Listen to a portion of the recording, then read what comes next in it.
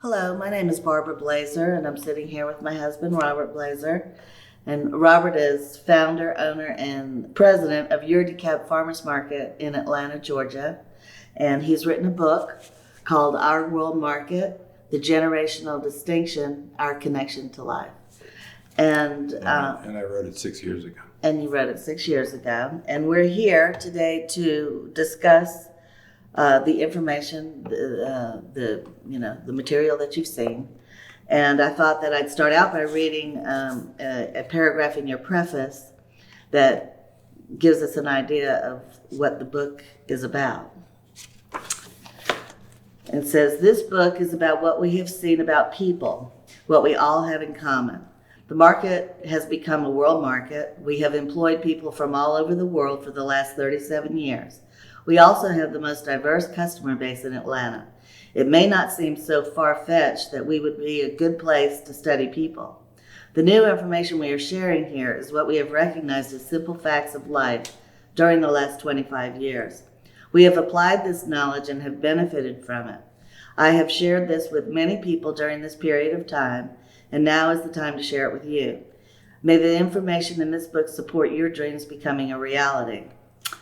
And I just wanted to say something about that paragraph. You know, the fact that we have worked for 43 years now, almost 44, with people from all over the world. And at the market, we employ families, whole families, like the husband, the wife, the children. And that's just been something we've done over all these years, which has given us an opportunity to really look at a microcosm of the world.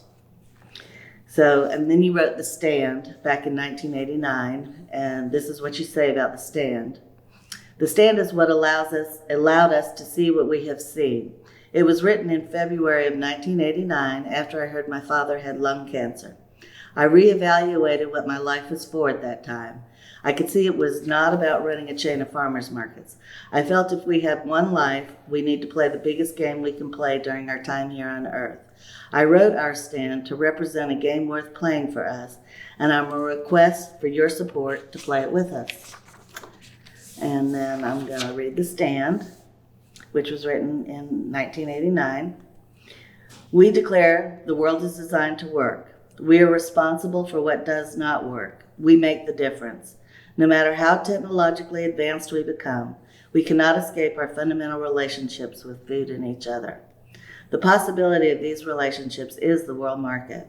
In this context, the world works for everyone, free of scarcity and suffering. We commit ourselves to the possibility this world market is for the future generations of this planet." So, and then you had written, in the beginning of the book, in your introduction, that it was at the time of your father's death that you came to a stark conclusion, and you wrote The Stand, and you had the World Market 2000 project, and you brought that into existence. So, you want to start off talking about that, maybe? Well, World Market 2000 was an opportunity for people to see what would make the difference to their relationships with each other. I always felt that people were designed to get along with each other in some simple sort of way. And we kind of missed the boat. We never really got it sorted out and straightened out. So I had this dream since I was young to keep looking for something that would make the difference to how well we could relate to each other, starting with me and my life. Mm-hmm. We have great intentions, but usually ends up with something that's not working the way we feel it could. So it says you prayed for support. Yeah, when you get serious about something and you know that your life is really at stake in this one, mm-hmm. and you don't have the answer, then the only thing left to do is really to request support. At some point there, you realize you're lost, but at that point there, also realize other people didn't have the answer. Right. I just want to bring up that you had worked with your father, and you had worked with your sister and your brother, and things weren't always working out the way you would have liked. Yeah, with all our families. I mean, I look at my mother's side and my father's side, there was problems everywhere.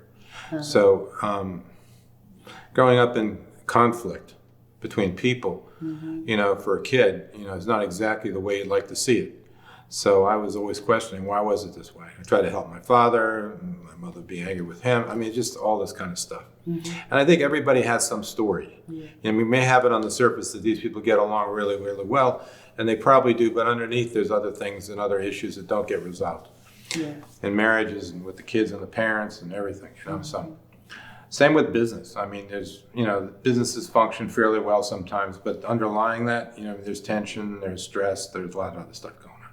So why is it that we can't just have it really be free? Why can't our lives just be free to contribute to each other, to love each other, to express everything we have for each other, to really, work in life in such a way that we're cooperating with each other versus competing with each other. Taking advantage of each other is not really the way it's designed to work, as far as I could tell. It was designed really for giving and receiving, not taking advantage of each other. So I asked questions about what would make the difference to that since I was a young kid. Right. And, I went to engineering school. Then I was looking for answers after that. Got into business schools, but couldn't find answers. I mean, I just been searching, So when I finally hit 40, I realized that not only did I not have the answer, it wasn't out there. That's what my conclusion was. Right. So then I prayed for support, to see something that would make the difference to it, because I'd put my whole life at stake in the conversation. That's what that stands about. Right, very good. And then at the end of the introduction, you talk about how people are going to be skeptical to hear the information. New information is typical, It disrupts the existing system, so people resist it. They're committed to the existing way of looking at things. They're getting paid, based on that, If the world creates X, Y, and Z, I mean, right now people are getting paid to deal with X, Y, and Z. If it's another way to work together that eliminates some of this stuff, people look at it as a threat.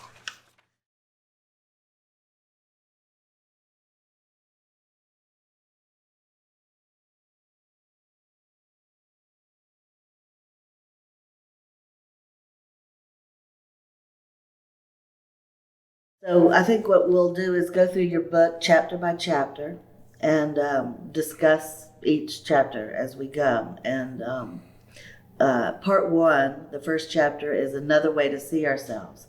And you talk about that we see ourselves, like we look through gender, we see ourselves as male and female, and we see ourselves as individual in nature.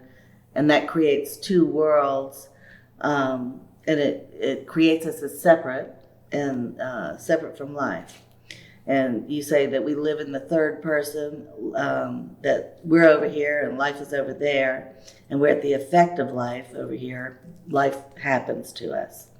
So you want to start off talking about that, like another way to see ourselves. How are we going to see ourselves other than what we're seeing now? Well, I mean, if you go to the first person, that means life is who you are. Life isn't over there, it's over here. So that's the shift that needs to take place. Like, how does life express itself over here in me? Right. I was given this gift called life. I need to appreciate what it is. Right. I got to know more about it, so I can be appropriate to life in general, like life for life. I've got to live my life for the betterment of life. I was given this. So it's kind of like I'm in this game. I was given this role to play, life for life. I'm in this thing. So that's kind of like the first person way of looking at it. Like, you got something to do with what you're seeing. You affect what's going on around you, What you have in your mind is pretty much what you're seeing out there. You affect everything and everybody based on how you're thinking about them. So this is kind of a beginning way to look at ourselves, like fundamentally, okay, what's going on here, right, with the existing system? And the existing system has me being an individual, unique, separate from everybody else, like the center of my own universe. So that's the beginning of it. And then also we have this division between people that we use to identify who we are, which is basically a gender difference. And that's a male-female thing. So we have this wall between males and females, and we have everybody separated out here in their individual worlds. And that's how we're interacting. That's how we're banging into each other every day. So there's another way to see ourselves. Another way to see ourselves. And, people are not going to want to hear it. Because, like I said, they're committed to their reasons why things are the way they are, and they justify that in the way they think about things. And they're not going to want to hear that, wait a minute here, We may have it all wrong. Like we're not individual in nature. That's not our nature. And the major difference between us is not our gender. And when you say that to people, it's like, okay, that's great. I got to get back to work. Well, I think first we need to talk about, another way to see ourselves is energy. This is what you talk about in your book. Okay, energy. So when we're talking about another way to see ourselves, and I use the word energy, everybody goes away. And it's as simple as that. Nobody wants to look at this in terms of energy. But energy is everywhere. We're part of that. Energy is in us. Energy is life itself. And balance in energy allows for life to stay in existence. Without balance, everything goes out of existence. So if you want to look at ourselves in a new way, you start with the idea that, okay, energy is at play here and balance is critical. And that's what I did. I started hearing these things like yin and yang was male-female. And as soon as I heard the male-female thing, it stopped me from even wanting to deal with it. Because I really realized that male-female is like a dead-end street as far as understanding how to get along with each other. It's inappropriate to who we really are. Yeah, gender is important, obviously, but there's something else underlying that makes a difference to everybody. And we got to have this common ground. We got to have this common denominator to be able to get along. And it was never there. So I'm starting with energy because that is a common denominator. And distinction for energy requires opposites to be present. You can't see anything without its opposite. If everything's white, you're not going to know that it's white. It takes black to distinguish white and white to distinguish black. So we got to have these opposites to be able to distinguish anything. So in terms of our energy, the energy that we are, we got to understand the opposites that are at play to be able to see what we're talking about. And and it's not based on gender. So that's what I'm talking about. Another way to see ourselves. Okay. So you say here that being separate from life as we see it now is like living with two dimensions in a three-dimensional world. Yeah, this is like, this is the beginning of understanding our limitations, so to speak, in the way we're dealing with things right now. I mean, we have a three-dimensional consciousness. And what I mean by that is everything shows up in three dimensions when you're looking out there. And that means stuff is separate from it, everybody's separate from everybody. So how is that? How is that in three dimensions it's separate? Well, I'm looking at three dimensions. See that thing over there? So I can see that, there. right? Yeah. That's over there, right? You can see it in three dimensions. It's got length, width, and height. Right. And, there's a separation here. There's a length thing here. I'm looking in three dimensions at everything around me, On TV, it's two dimensions. Or on your screen, it's two dimensions, right? Which is not even three dimensions, Right. So most people are living in two dimensions. So we're regressing. Good luck. So everybody's on their computer trying to deal with life that way. Especially today. Yeah, and that creates its own situation, which is not what we'd like to see, where everybody's separate, everybody's plugged in, nobody can talk to each other anymore. It's all these communication is almost impossible. In this age of ultimate communication, it's almost impossible to talk to anybody. Yeah. So I can't even, emails don't, the whole structure is difficult to deal with. It's more and more complicated and more difficult. So what's the analogy? All right, two dimensions, if you're limited to that, which is just basically length and width, you don't have any idea what depth is, which you can imagine if you were having to walk around in this world and you couldn't see anything up or anything down, you'd be falling down things, things would be falling on you, you'd be getting run over by shadows. So your life would be a total disaster. Every place you turned, you'd be getting hurt. So that's what I'm talking about. In a two-dimensional world, it's fine. Everything's two dimensions. But if you go to three dimensions and you got a two-dimensional consciousness, you're in trouble. And the problem with human beings is we've been living with a three-dimensional consciousness in a four-dimensional world. So you're getting hurt all the time. Everything we do causes more scarcity and suffering because we have a three-dimensional consciousness in a four-dimensional world, and we can understand that because we see in three dimensions. Right. So the question is, how do you access a four-dimensional world? And that's what we're going to start talking about. Individually, we're only capable of experiencing three dimensions of space and one dimension of time. And we see what occurs as three-dimensional objects, which you just said. But then in the fourth dimension of consciousness, the three dimensions of space and the one dimension of time come together as space-time. And then we're not alone, and there's no such thing as separate, and everything is connected.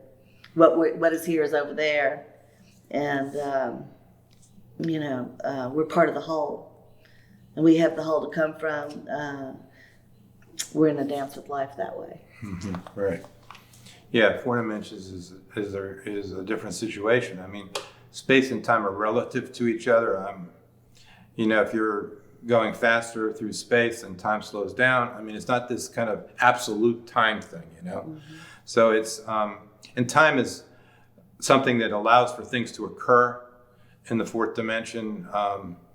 It's something that you can create your life around, depending on what you see. So space-time can be molded and shaped based on what you see. So essentially we're space-time creators in the sense of what shows up in that. And some of us are more the space creator and some of us are more the time creator. So it's kind of like this balance of opposites like I was talking about. Mm-hmm. You've got to have those opposites to distinguish the energy that we are. And we could look at it like this expanding energy and this contracting energy as being the most basic way to look at energy in terms of that. And the physicists need to understand this too, that when you're dealing with energy, why not look at it in terms of the expanding quality of it and the contracting quality of it, mm-hmm. and deal with that as a fundamental principle to come from. Because that's what we've done with human beings for the last 31 years, and we recognize it in ourselves. It's part of the universe, this idea of this expanding nature to things and this contracting nature to things. Mm-hmm. And they got to be balanced to be able to make things work. Right. The sun is an example of it. This radiating energy and this contracting energy that keeps this thing going. It's got to be in balance. As soon as it's out of balance, it's out of existence. Uh-huh. Ultimate black hole. So you got to understand this. I mean that life is designed to work in a certain sort of way, and balance is critical. And the energy thing is the basic thing. And the way you distinguish energy is either expanding in nature or contracting in nature, and we reflect that generationally. Right. This is the breakthrough for human beings. I mean, I'm generationally opposite my father. Every woman is opposite their mother. So this is a generational distinction that has to do with the energy that we are that makes the difference to our lives when it's in balance. And to provide for balance requires an understanding of each other in this way. Okay. Oh, you talk about energy being the lowest common denominator, and that expanding energy is expanding space, creating energy, and contracting energy is time creating energy. Yeah, as far as who we be, you can look at energy in terms of, expanding, but one step further is expanding space creating energy, like the possibility of things, creating the space for things to show up. And then on the contracting side, you could look at it in terms of the time for things to occur, because what we're talking about is something very specific occurring at a certain time, which is contracting all the possibilities of whatever might occur down to one particular one that's going to occur now. Mm-hmm. So this contracting thing is really a time creating thing, and the expanding thing is really a space creating thing, the space for things to show up. We reflect that. Right. All right, we are that. And that's the best language we have to use to describe where we're coming from. Right. Space creating and time creating. Right. And if you look at it like I'm talking about, which this energy has to be in balance, then what we're saying is that there's a balance in space-time when we understand this about each other. And a balance in space-time is appropriate to life. Too much of one or the other, you're out of business. Expand too much, the sun eventually expands out of existence. Mm-hmm. So, and contract too much, and you get this situation where nothing can exist. Mm-hmm. So, we're either going to be in balance or we're going out of business. Right. And so what creates the balance is every generation on the male line. First there's, expanding, or let's just say expanding. First there's expanding, then your son is contracting, and then his son is expanding, and it goes on and on like that through the generations to create balance. And it also happens on the female side. Yeah, that's the breakthrough. Mm-hmm. Recognize that family, because it takes it out of the domain of individual. Right. Differences. And, it brings everybody together, because when I understand that I'm this, at the same time I understand that, I'm also understanding the part that I'm not, which allows us to connect. Right. Without that understanding of, okay, this is who I am and this is who I'm not, we can't come together. We cannot come together.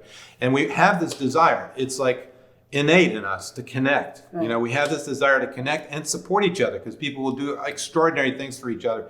Even when they don't know the person, they'll do extraordinary things for people. Right. So we're designed for this. That's the whole idea of this. This is the natural design for us. You don't go to school for this. You don't go anywhere for this. This is just something to recognize about yourself. Okay. That's all this is.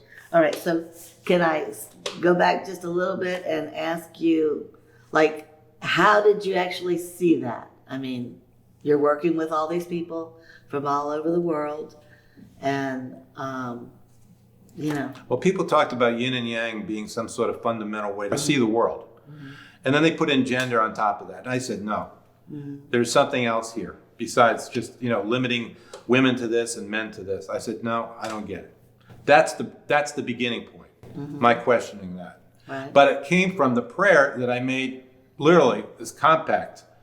Please allow us to see what would make the difference to life down here. In my own way of looking at it, it's like, we're here to be, all that we can be, but yet we're not able to be. And I really know that people don't have the answer to this, and I really need your support. I mean, it sounds easy, but I was at a low point in my life where everything I cared about was up in smoke, so to speak. So it's like, what am I going to do down here? I have a dream by the year 2000 to see these things, but yet, my life is a mess. Everything that I cared about, everything I worked for in a lot of ways, was not working the way I felt it could. I was really disappointed in the way things turned out.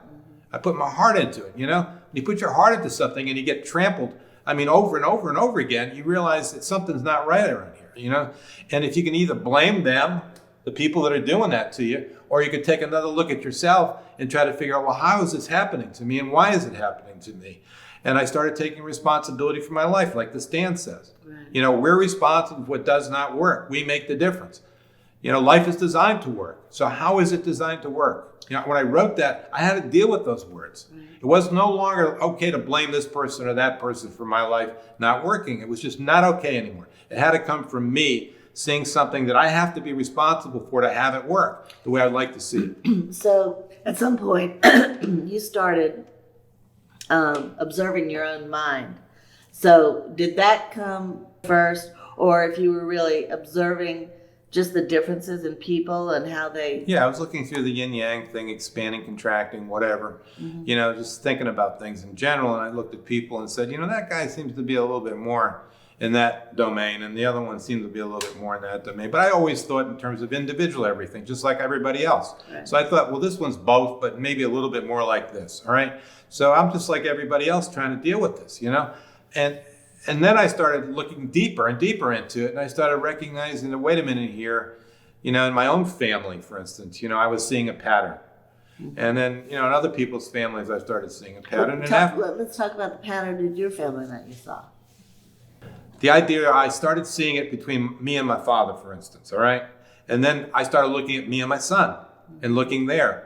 And I started looking at you, and you. And then, and trying to deal with the people around me that were closest to me in terms of understanding this kind of stuff.